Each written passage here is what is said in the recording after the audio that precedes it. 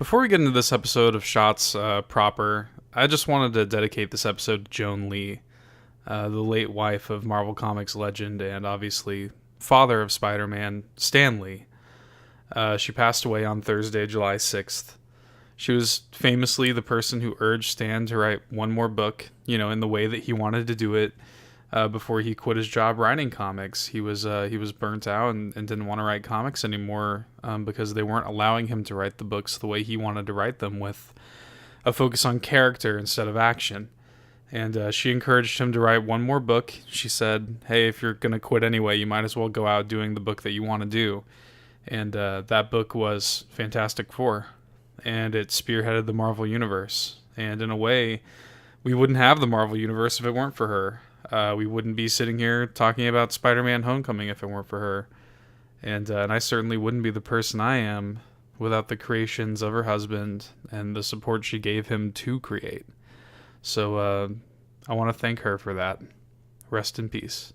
It is a dimension as vast as space and as timeless as infinity. It is the middle ground between light and shadow, between science and superstition. And it lies between the pit of man's fears and the summit of his knowledge. This is the dimension of imagination. It is an area which we call Shots. Sweet boy. Sweet boy. Sweet. So, here we are to talk about Spider-Man Homecoming. Yeah. And I'm going to just start it off right now. Fantastic fucking movie. I legitimately just got back from seeing it. Oh, you just got back? Legit just got back. Damn. I've probably been home for maybe less than an hour, but still. Yeah, just got back. I saw it. I saw it last Thursday night at the premiere. Fucking amazing movie. We need to, before we get too deep into it, we need to go ahead and say, just like Wonder Woman, this is going to be a Spoilercast episode of Shots. We're gonna deep dive into it. So if you have not seen the movie, go see it. Trust me, it's fucking incredible. You're not gonna be disappointed. Just go see it. I think Todd would agree with me on that non-spoiler review. Yeah. So yeah, what were your thoughts, sir? Oh, so many. Again, just like the intro credits. You got the Spider-Man theme playing. I'm just Oh my god, that was I didn't even because I went into this completely blind. I don't know about you. Same. Yeah, completely blind. I knew nothing about it, and when the splash page of the Marvel, the Marvel Studios thing comes up and it's playing that orchestral dun dun dun, dun, I was like, oh yes. Dude, I'm sitting there with a big smile on my face. They're already doing it so perfect. right. Yep. Do you how'd you like Tom Holland? Oh, I love him. I think easily the best Spider-Man. Yeah. Like that, I feel a little bit of I don't know. I feel a little bit of fatigue talking about Spider-Man movies because we get them often enough where people are like, "No, was it better than?" It's almost like the Joker. Everybody's like, "Oh, was it better than Jack Nicholson or was it better than Heath Ledger?" And I'm just better. But like when these characters have had so many iterations, it kind of begs comparison. But I'm almost fatigued by it. You can kind of look at it this way. It's like you can Tobey Maguire was a good Peter Parker. Andrew Garfield was a good Spider-Man. Tom Holland is the best of both worlds. I actually really like Andrew Garfield in general. I mean, I like all of them. I don't think we've seen a bad version of Spider-Man. Mm-hmm. How do you feel about, I guess before we get into Homecoming too much, maybe we should talk about our feelings on the movies in general, like just the series. How do you feel about the Raimi trilogy? Like 1 and 2. Mm-hmm. 3 is feel the way 3. the rest of the world feels about 3. Yes. I don't hate 3 as much as most people do. I think 3 has some redeeming qualities about it, but it's a fucking bad movie. It's not a good movie. Yeah, I mean, 1 is good. It's it doesn't hold up very well if you watch it now. Yeah, I can believe it. 2 is excellent, and I have a hard time going back and forth between 2 and now Homecoming as my favorite Spider-Man movie because 2 is so fucking good. And I actually really like the Amazing Spider-Man movies with Garfield. No, I do as well. I definitely enjoy those movies. But those movies are good, but Homecoming is really close to being a perfect movie in my opinion. Mm-hmm.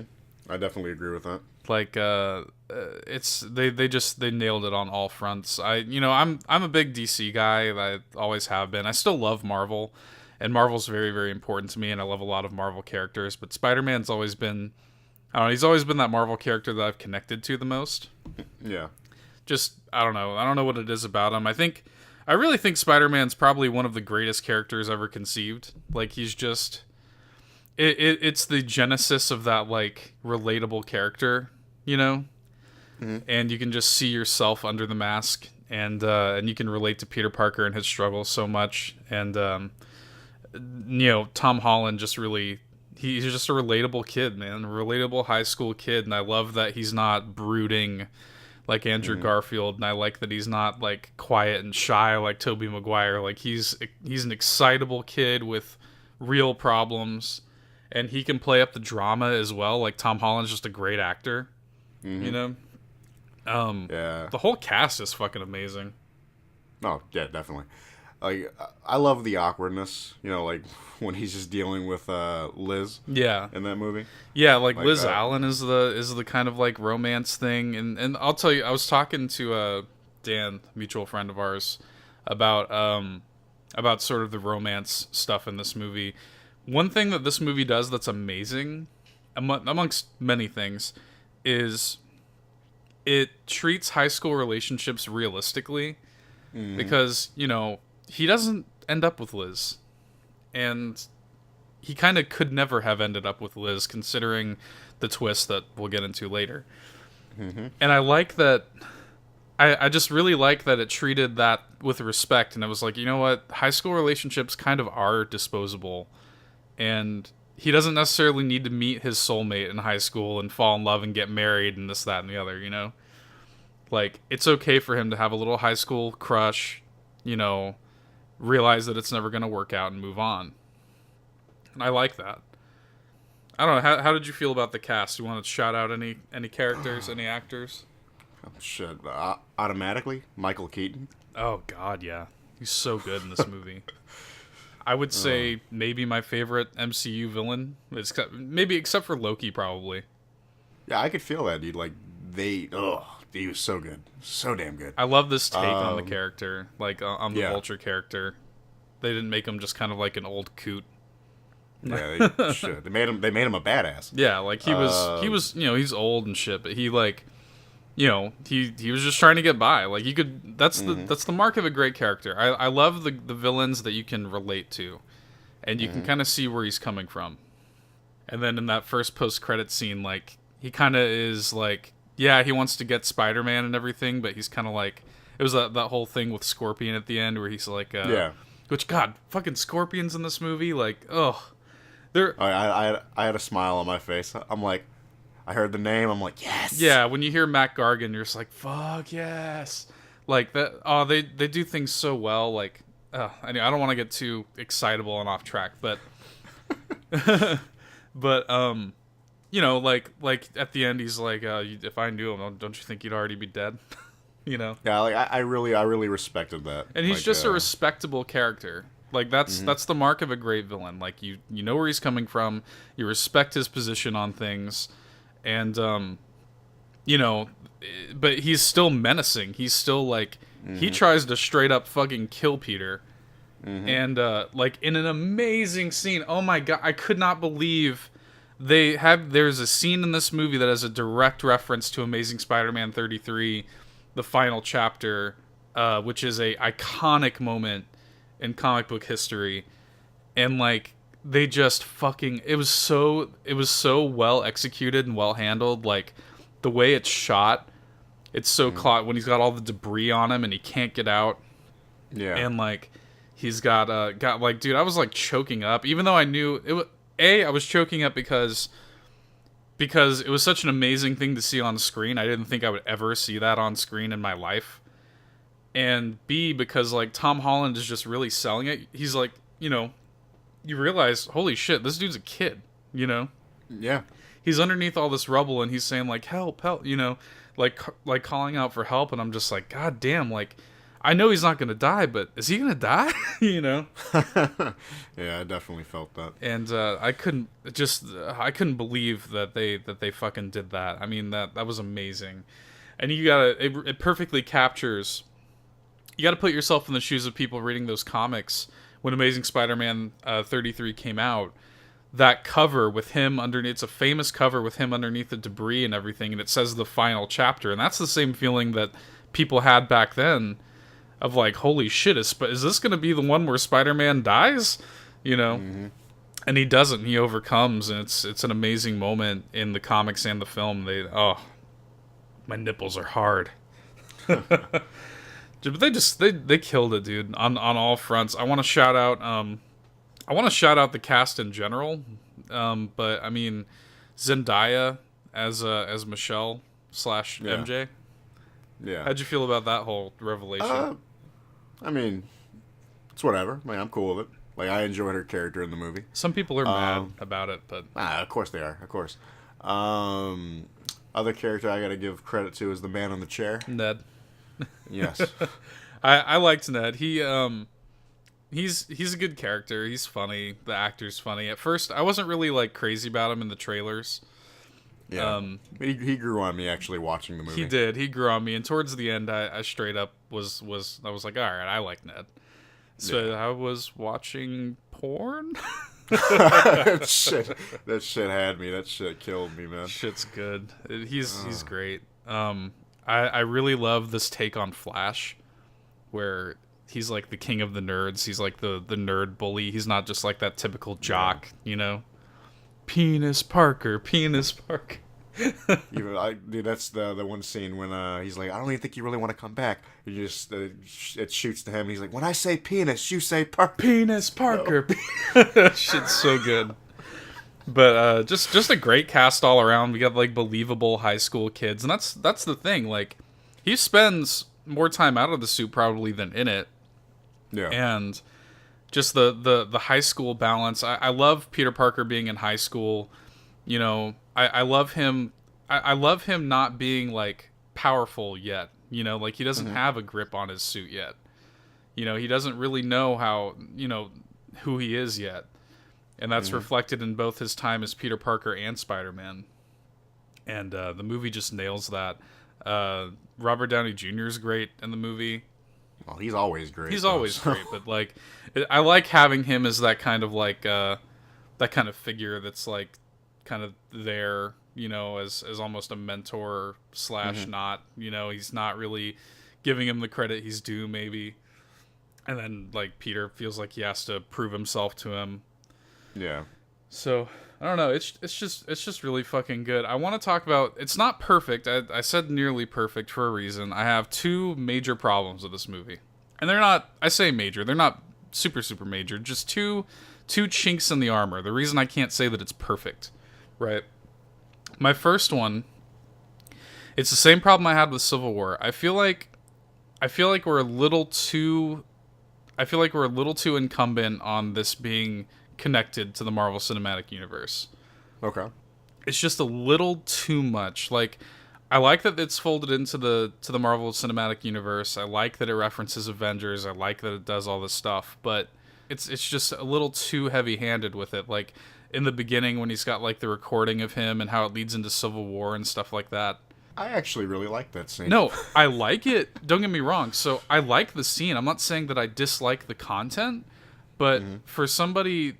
There's a famous Stan Lee quote where he says that every comic is somebody's first comic. And conversely, every Marvel movie is somebody's first Marvel movie. So... Oh, yeah. Like, okay. If you're coming into this movie, you're like, what the fuck is Giant Man is there? Like, I'm not... I feel like this should stand on its own just a little bit more, because this ties into not only Avengers, not only Civil War. I mean, at the end of it... You've got like Pepper Potts there and stuff like that. And I just feel like if somebody's coming into this not as a Marvel Cinematic Universe fan, but as a Spider-Man fan, they're going to be a little bit lost. Yeah. Like, my girlfriend, she's watched all the Marvel movies with me, but she doesn't necessarily care enough to remember all of this shit. And like, she's kind of like, wait, what? you know? Like, it's great for people like you and I who have been following this and we're big fans of the content and have been for years, and we pick up all this stuff. But, like, for the casual audience, I just think it's just a little too heavy-handed. I don't know. Yeah, I can feel that. I just feel like there are ways to, like, I think Wonder Woman's a great example of a movie that has little callbacks, like she has a note from Bruce Wayne and shit like that. But it's not incumbent on you having seen BVS or, Man of Steel or anything like that. Mm-hmm. If you have not seen the Avengers movies, or if you have not seen Civil War, like, you might not know what the fuck is going on in several scenes of this movie. Yeah. So, anyway, I think at a base level, the movie does a good job of being its own thing, but it just stretches just a little too far in the other direction. That's my first major problem with it. Okay. My second major problem with it is the twist. Oh. Okay. The twist in this, the big kind of reveal of this movie, the big kind of moment, is that Michael Keaton as the Vulture is Liz Allen's father, right? Mm-hmm. Yeah. First of all, how did you feel about that reveal in general? I kind of saw it coming. How? It kind of had to be. How? Explain yourself. I don't know. I don't really know why, dude. Like, I felt that, like, for some reason, I felt that, like, when he opened the door, it was gonna be him, and I was right. Okay. Herein lies my problem. There is no tangible way. Maybe if you feel it coming, okay, whatever. If you're the fucking Long Island medium over here, that's fine. There is no physical way. There's one and only one tangible shout out to him possibly being her father. At the very beginning of the movie, he's got that drawing and he said, like, oh, my kid drew this or whatever. Which even that, all that means is that he just has a kid. That doesn't mean like there is no other through lines to say that they're related. I think there was one scene in the movie where I think he was watching the Washington D.C. Yeah, thing. There might have been something. There's I feel like he was caring a little too much about that because I think I don't even remember that. There. That's how small of a scene that was. Yeah, it was a small scene, but I just got done seeing it, so yeah. I mean, like I said, they're not. I'm not saying that he has to literally have been like my daughter Liz or anything like. It doesn't need to be on the nose, but there does need to be a little something there to like make the. It's not even that I was surprised to see it. I was like, oh, okay. First of all, I don't have a problem with the fact that he's her father in general. Like, I think that's cool, and I thought it made for a great scene. I loved the tension of the scene between him and Peter. Yeah. That was great. That was a fantastic scene. That was such a good scene. Like, you're so tense the whole time, and like, it was a super tense scene, and like, it managed to put a little bit of humor in there, and then like, Michael Keaton's not stupid. He figures out that Peter's Spider-Man basically immediately, and like, and later on, like when Peter kind of chases him down and confronts him in the warehouse, that's when he tries to straight up kill him. Like he lives up to his word. Like, Michael Keaton is a menacing dude. And I liked that it both drove home that, like, okay, Pete and Liz can never be together. He should never tell Liz that he's Spider-Man. Michael Keaton's a bad dude and already figured out that he's Spider-Man, Anyway, but my problem is there should be, and maybe this is just a writery thing as I'm watching it, I'm just like, you guys have to throw the audience a little bit more of a bone, because a good twist is one that was always there, but the audience was tricked, A good twist tricks the audience, not just like, haha, didn't see this coming. Yeah, just a big reveal. Here's the big reveal. You had we threw you no bones at all, but here's the big reveal. I mean, the fact that there's maybe a shot of him watching the Washington Monument, the fact that he has a drawing from his kid, I don't think that's enough. I feel you on that. Like, I just don't think that's enough of a bone to throw the audience. I'm not saying that you have to pander to the audience. I don't think there needed to be a shot of Liz being like, "Oh, my dad's just always gone." I don't think you needed anything like that. I'll tell you what would have been perfect. There's that scene where they're in the gym and like Pete and Ned are working out and the girls are kind of on the bleachers talking about kind of like how hot all of the superheroes are, and Liz says how attracted she is to Spider-Man, basically. And that's kind of makes for a funny moment with Peter, like Ned's just like, Peter knows Spider-Man. I know. But in that moment, like, they could have just simply had, like, they're talking about, Liz brings up the point, like, oh, the Avengers are so old. They could have just had Liz go, the Avengers are so old, I was drawing them when I was a kid. You know? Okay, yeah, I can feel that. One quick, simple line that would have, driven home the same point that they wrote into the movie anyway. And, that would have been a bone. That would have been like, oh, okay, so maybe that, that's one of those things that on repeat viewings that an audience member could pick up, but it's just under the nose enough. I just, that annoys me as a writer. Mm-hmm. Those are my only 2 complaints with this film. Otherwise, this film is perfect. Yeah, those are 2 valid complaints. And that's, otherwise, I think this movie is pretty damn near perfect. I loved it. It's so fucking fun. It's funny. Like, it's consistently funny. Yeah. That's the problem with a lot of these Marvel movies, is like, they try a little too hard to be funny and they kind of fall flat. Mm-hmm. Yeah. This movie is consistently hilarious. I just love the way it moves. Like, it's so fast paced, Like, I can't wait to get this on Blu-ray and just watch it all the time. It's just such a good, fun, like, wholesome movie, I love how they played on Aunt May being hot. Holy shit, there was a couple of good scenes with that. That was good shit. Aunt May in general. I like this take on Aunt May. I like Marissa Tomei's Aunt May. Mm-hmm. I like that she's kind of not, because Aunt May in the past has always been more of a grandma than an aunt. Yeah. I like that she's the one taking him to homecoming, and she's the one teaching him how to tie his tie and stuff like that. And another amazing thing that this movie doesn't do, it doesn't go into the origin story. Thank God. It's like it's there. It's not talked about, but it's like it's there, though. They mention it briefly, like he mentions the radioactive spider. Yeah. That's it. I don't think the words Uncle Ben are even uttered in this movie. Not even uttered, but it's like the one thing. It's like all she's went through or whatever. That's like legit. Right. Boom. Done. And they never felt the urge to do the whole with great power comes great responsibility line or anything like that. Just all of the tropes that we're sort of sick of. Like, this movie feels like it was made by people who were sick of the old Spider-Man, movie tropes. Yeah. This movie was made by people who were like, let's respect the people who want to see a Spider-Man movie that they haven't already seen. There's that great scene where he's in the middle of like Queens or whatever, like just in the open field, and he tries to use his web and just nothing happens. I love that scene. Yeah, was he like in a golf course? Something like that, yeah. Just in this big open field, and he just tries to use his web, and there's nothing to hook onto.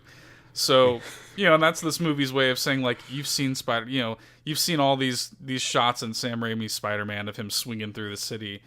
Like, let's move on from that, Like, you're still going to see him swinging around, but we don't need to fetishize it. You've already seen it.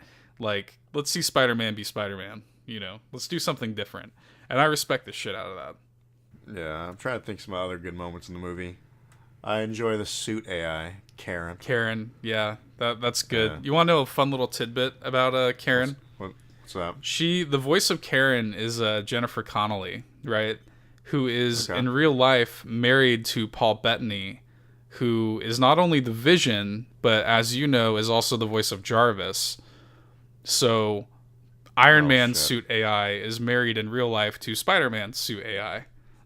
I enjoy it. That's good shit. Just a dumb little fact that I know. Good shit. But yeah, she was great. Like, I love the little back and forth they have with her. But just the way this movie just kind of interweaves like amazing elements of the Spider-Man mythology, like the things that I love about Spider-Man, all the characters they introduce. Like, I want to shout out. I don't want to forget about our old buddy Dong Glover. I don't want to forget about him as the Prowler, because he's not in this movie very much, but he's really good in it. Yeah. Like, he is like kind of he plays that thug character really well, and he name drops. I don't know if you know this. That's Miles Morales' uncle. Oh shit! In the comics, and he straight up says like, "I got a nephew out there," Okay. So Miles Morales, I guess, is in this universe. Well, that's legit. And like that guy who's always trying to get the Vulture to build the high skier. That's the Tinkerer. Yeah. There are shockers in this movie. Scorpion. I mean, just it's really cool. Like and it doesn't feel forced. Like this movie technically has all of these great characters that they're introducing slowly, but it just doesn't feel like ham-fisted. It's brilliant. I loved it so much. I might even go as far as to say that it's my favorite Marvel movie. I don't know. How do you feel about that? Watching it I don't know if it's gonna beat Guardians for me. Like, I love Spider-Man. It's definitely near the top of my list for Marvel movies, but Guardians is still my number one. I was thinking about this at work last night, just kind of in my own thoughts. I was like, because my favorite, I've always said, like you, that Guardians is my favorite. And I was just thinking about it, I'm like, I gotta say, I'm gonna need to see it a few more times before I definitively declare it as my favorite, but I think I like Spider-Man Homecoming more than Guardians of the Galaxy, so that's about as much of a ringing endorsement as you can get out of me. Yeah, shit. This movie, the biggest compliment I can pay this movie is that it feels like a live-action version of Spectacular Spider-Man, which is my favorite Spider-Man content ever. The Spider-Man cartoon, short-lived, only 2 seasons. But if you haven't watched Spectacular Spider-Man, you need to. That's what you always tell me. It's so good. You gotta watch it, dude. It's on Amazon for like less than $30. You gotta just buy it and just watch it all. It's so good. And then you can report back. It's such a great show, and this movie, all the things that I love about this show are nailed in this movie and beyond. And it's up there with my favorite Spider-Man content, and I can't wait to see more. I fucking loved it. Have any final thoughts? I gotta call out that beautiful Cap end scene in the credits. Oh yes. Holy shit, that got me good. Throughout the movie, he's got those like educational videos or whatever, and at the very end, he's like, waiting around and being disappointed. It's like, how many of these do I still gotta do? I was like, holy shit! I'm just sitting there like just giggling, like laughing my ass off. This beautiful bastard. Oh, yes, it's so good. I loved it. Go see Spider-Man: Homecoming, you guys. Do it. Although if you made it this far into the podcast, I hope you've seen it already because we spoiled the shit out of it. Spoiled the living shit out of it. But yeah, I guess that's going to be it for this episode of Shots. Spider-Man Homecoming is amazing. Watch it. If you've seen it already, go see it again. Bye. See ya.